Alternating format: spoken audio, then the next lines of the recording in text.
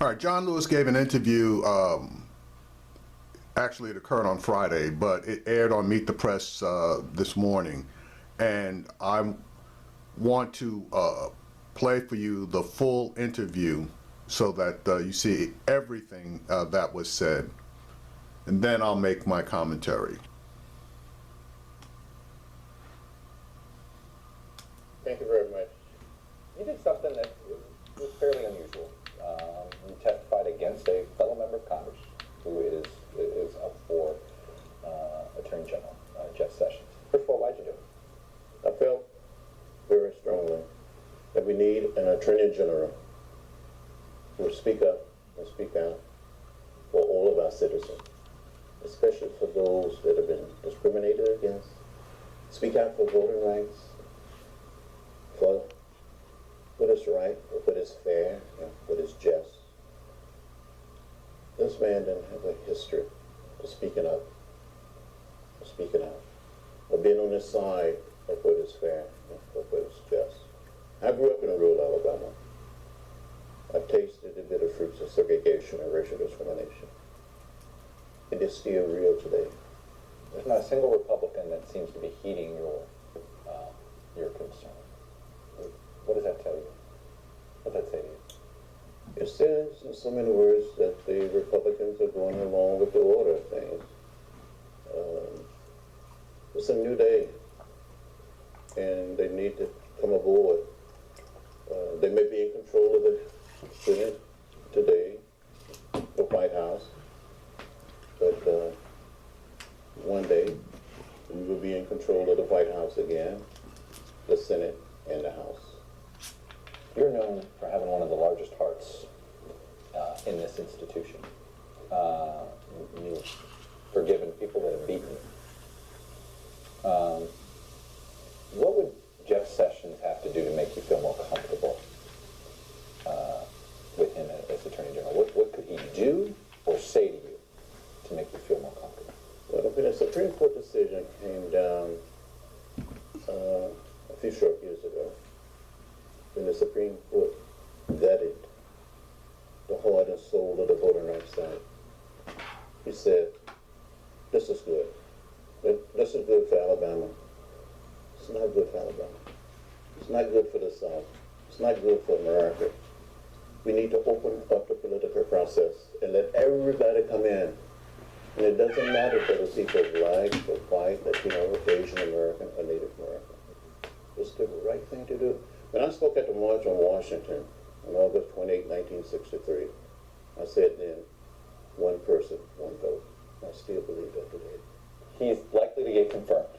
What do you plan on doing to try to push him in your direction? Well, I will work with my colleagues in the Congressional Black Caucus, the Hispanic Caucus, other Democratic members of Congress, House and the Senate, to try to get him to do the right thing. You have forged relationships with many presidents. Do you plan on trying to forge a relationship with Donald Trump? You know, I believe in forgiveness. I believe in trying to work with people. It's going to be hard. It's going to be very difficult. I don't see the president-elect as a legitimate president. You do not consider him a legitimate president. Why is that? I think the Russians participated in having this man get elected, and they have destroyed the candidacy of Hillary Clinton. I don't plan to attend inauguration. It will be the first one that I miss since I've been in the Congress. You cannot be at home with something that you feel that is wrong. It's going to send a big message to a lot of people in this country that you don't believe he's a legitimate president. I think there was a conspiracy on the part of the Russians and others that helped him get elected. That's not right. That's not fair. That's not the open democratic process. You're a man of action. You have been your whole life. You believe this president is not legitimate. What would you tell young folks, young activists to do? I would say to young people, and I continue to say to you today, and I'm going to say it during the next few days, as we celebrate and commemorate the birthday of Martin Luther King Jr. But when you see something that is not right, not fair, not just, you have a moral obligation to do something. You cannot afford to be quiet or to be silent. So what should be done? What should Nancy Pelosi do? What should Chuck Schumer do? What should Barack Obama do? We must not be silent. We all must act. Do you think the president's been too silent? No, I'm not going to suggest that the president has been too silent. He's the outgoing president. But those of us in position and those of us not in position, we got to go out there and make some noise. We got to organize. That is a powerful thing to say, coming from you, that you do not believe is a legitimately elected president. What should be done? We have to continue to work, continue to speak up and speak out. He's not legitimate, though. How do you accept working with him under any circumstance? It's going to be very hard and very difficult, almost impossible for me to work with him. If he called you up tomorrow and said, what can I do to get you to even consider working with me? Mr. President, Mr. Trump, we talk. You know, I've had an opportunity to meet with every president since President Kennedy, except President Nixon. I met with President Nixon when he was out of the White House. And it's painful. It is hard. It's difficult to see our country come to where it is today. There's a whole body of people in America today that believe there was a conspiracy, a deliberate, systematic effort to destroy the candidacy of Hillary Clinton and place this person in the White House.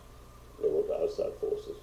It sounds like you believe the president's farewell address, which the guts of his speech, you know, a lot of people, poignant moments there with Michelle and the family, but the guts of his speech was about his concern about the state of the democracy. I take it you share that concern. I deeply share the concern with President Barack Obama. We can go forward, we can stand still, or we can go backward. I want to see our nation and our people go forward. I have never seen anything like this in my lifetime. There are people in America today that are afraid. They walk up to me and say, Congressman, what should we do? What do you tell him? Organize, mobilize. Similar to what President Obama said. You cannot sit on the sideline. You got to be engaged. People walk up and say, I haven't got over the election. So I'm in pain. I need a hug. Is it dispiriting to you, though, when you hear this after turnout wasn't strong in some of these northern states? It wasn't good in Milwaukee. It wasn't good in Detroit. She lost Wisconsin. She lost Michigan. Do you sit there and think, look, that some of this is on the Democrats? Maybe we didn't do everything that we could have done. We didn't get out there and push and pull and carry the good news. We are at a time where it seems you're going to have half the country that doesn't believe he's a legitimate president. You're going to have half the country that thinks the rest of us are not legitimate. How do we repair this? We must come together as a people, continue to work together, pull together, get our young people and people not so young to be hopeful, to be optimistic. I tell people all the time, so don't get down, be hopeful, be optimistic. Don't give up. This is not optimistic, John Lewis. I've seen you optimistic. Yes. You don't seem optimistic. I'm going to continue to speak and preach a message of hope. I'm hopeful. I am optimistic in spite of the state of things. Can you imagine ever sharing a stage with Donald Trump?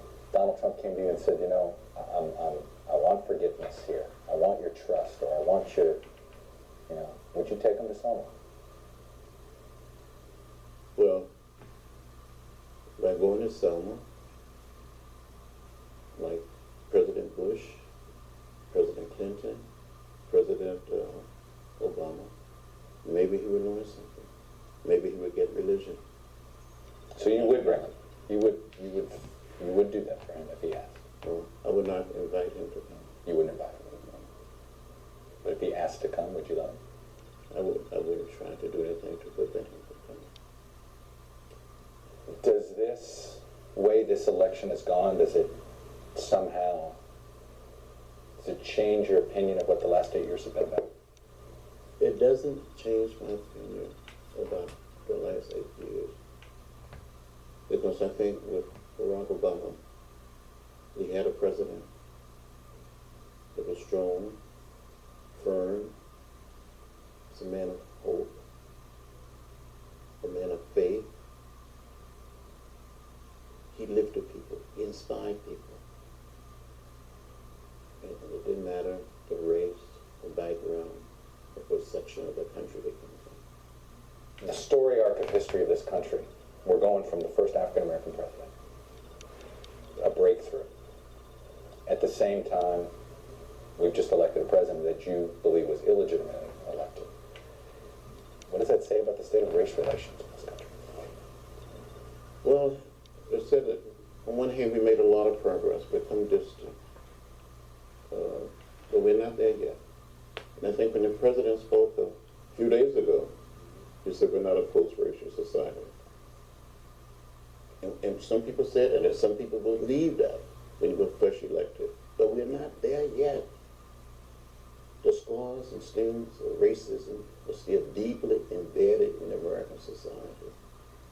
We cannot speak it under some rug or in some dark corner. We have to continue to do all we can to move us closer to what Dr. Martin Luther King Jr. called the beloved community. That we can redeem the soul of America and lay down the burden of hate, separation, and division.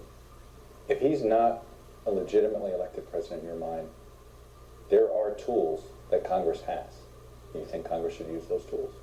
Do you think, are you one of those that believe that the impeachment process should begin? Well, I truly believe that we should find out what happened and how it happened. John McCain wants a special committee, a select committee of some I form. agree with Senator McCain. I think we should have a special commission to get to the bottom of what happened, what role did the Russians play in, determine the leader of our country. When you have someone been elected who said that the president or the leader of Russia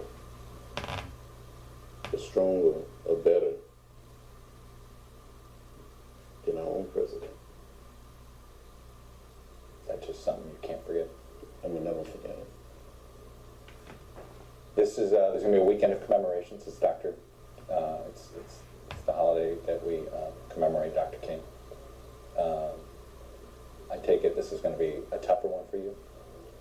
Well, it's going to be out of the ordinary, but I'm going to continue to go out around America and tell the story of Martin Luther King Jr.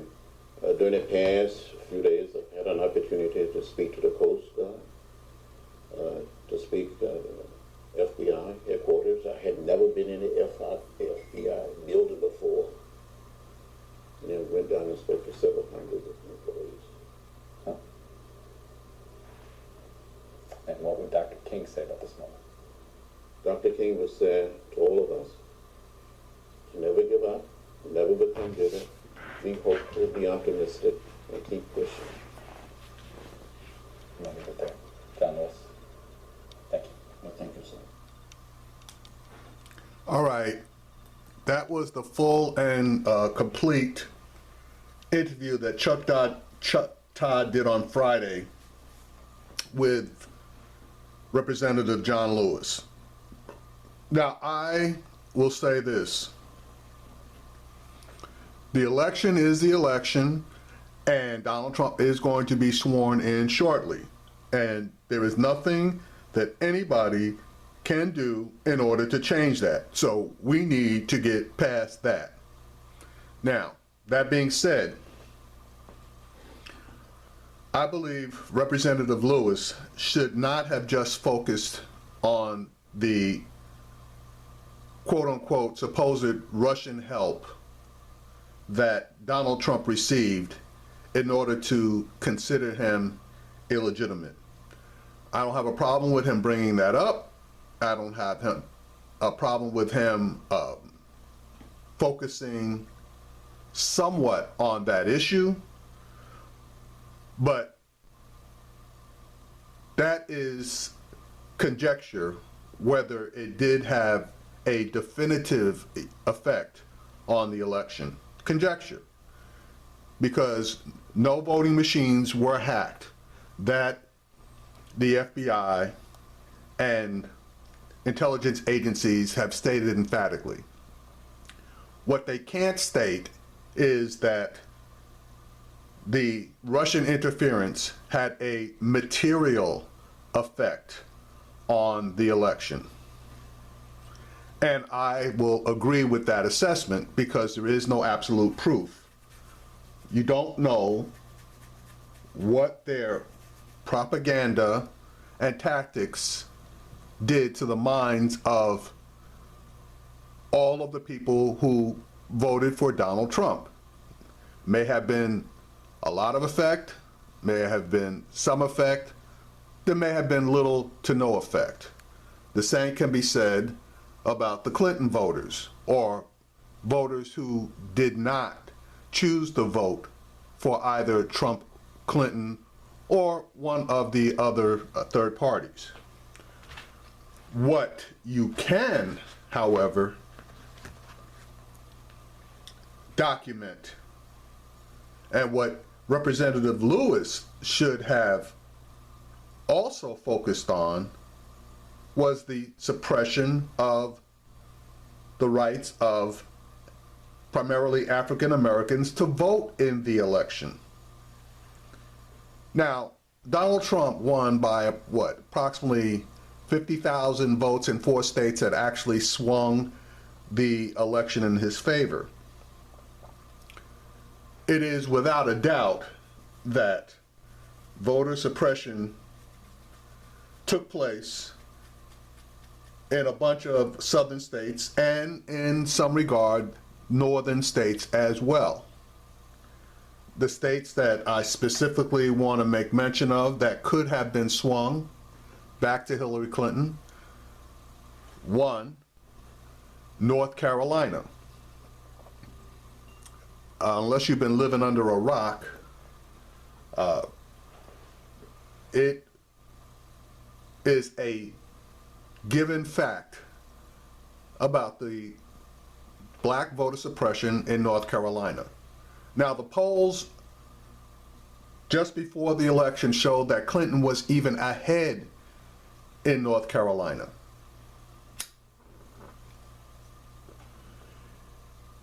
Now, people can change their minds, etc., on election day, but the fact that the black voters were targeted in North Carolina gives me pause.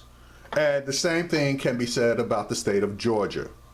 Now, the state of Georgia didn't get as much publicity about their voter suppression, but it did in fact take place.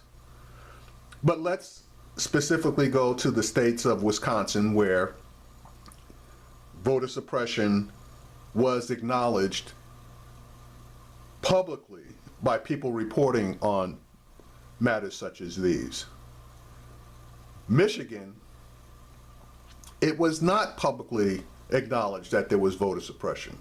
They wanted to blame the lack of the black voter turnout on voter apathy. I'm not buying it.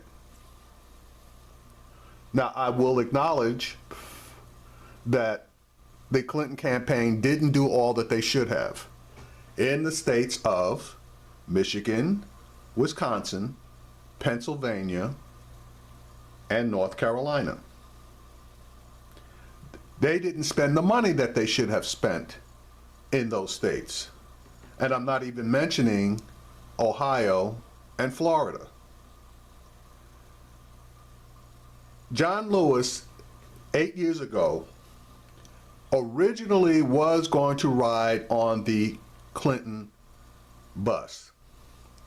But after President Obama wanted to state that his legacy would be tied to the first black man who had a legitimate shot at the presidency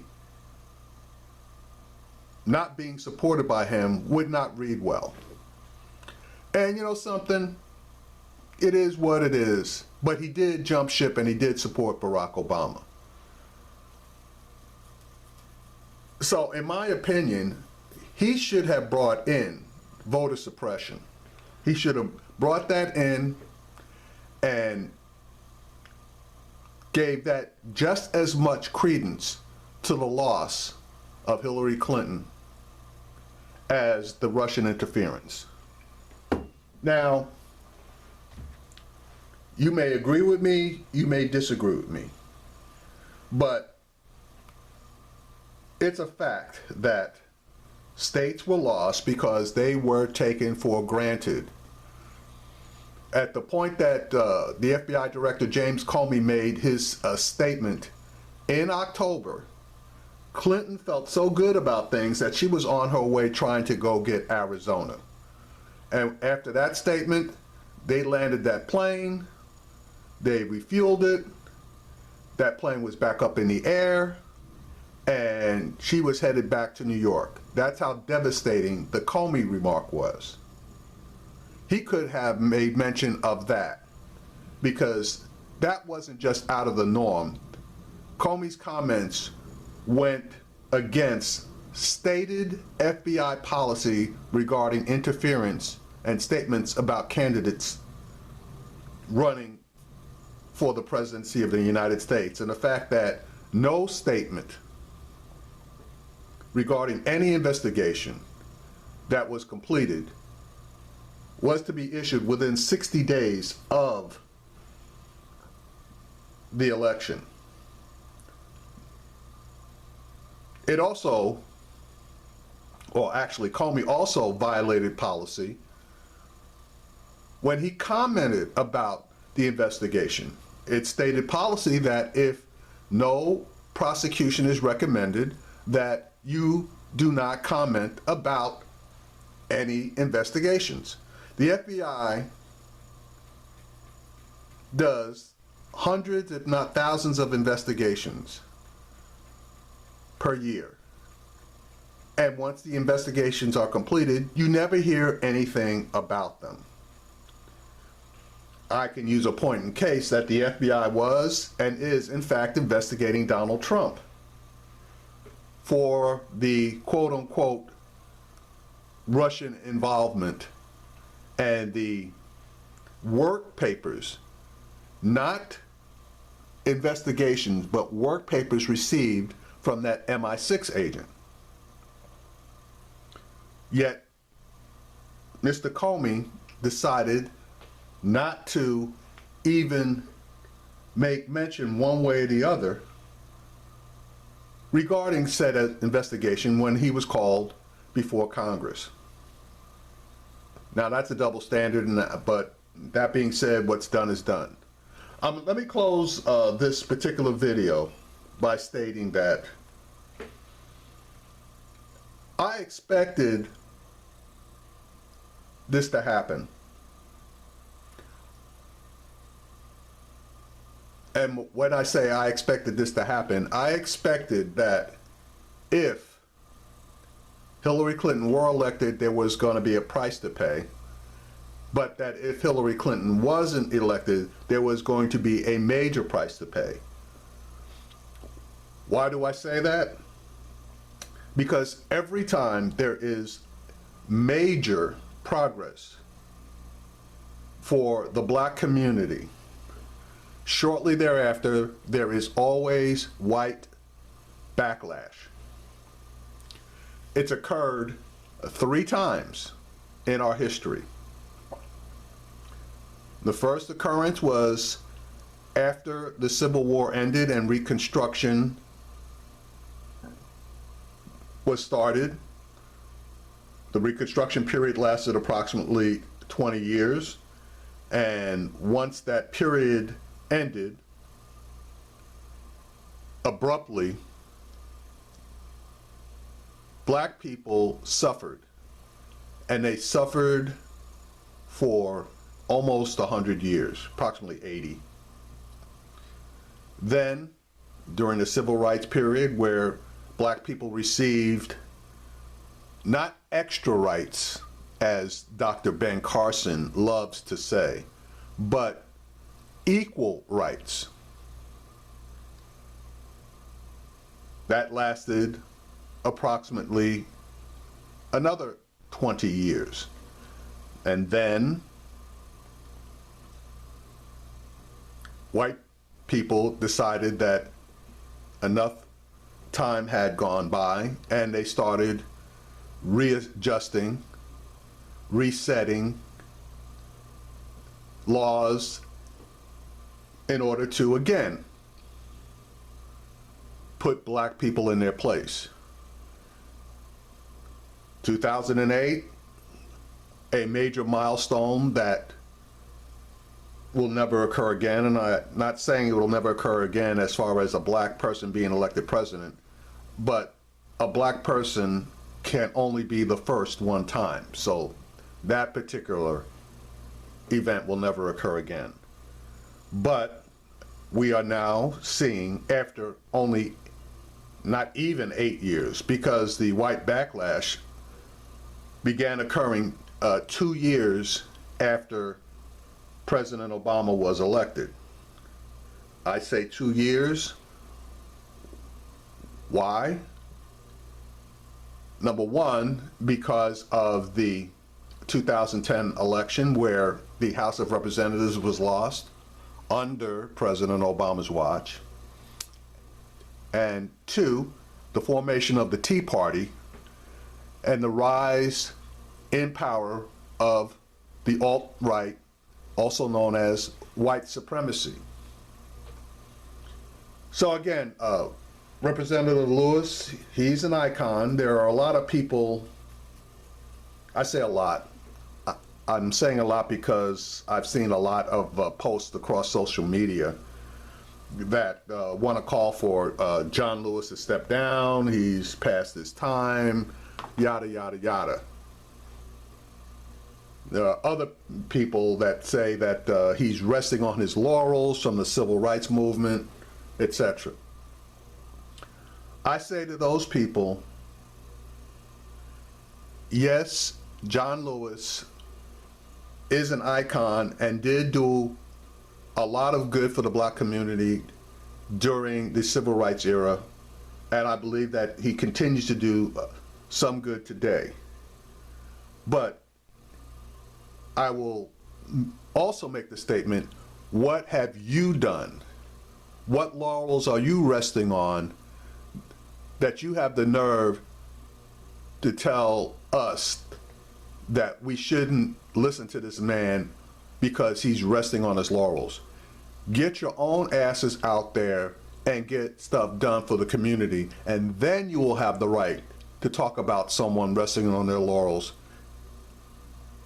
If you're not doing any work, don't criticize those who have.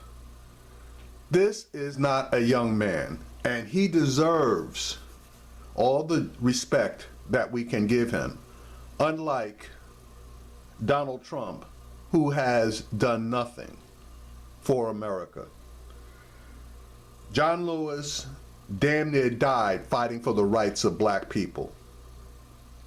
Faced ridicule, jail, etc. This man has sacrificed for us as a people. Damn Donald Trump, he hasn't sacrificed a damn thing. As a matter of fact, he's caused a lot more suffering to people in this country than a lot of us care to acknowledge.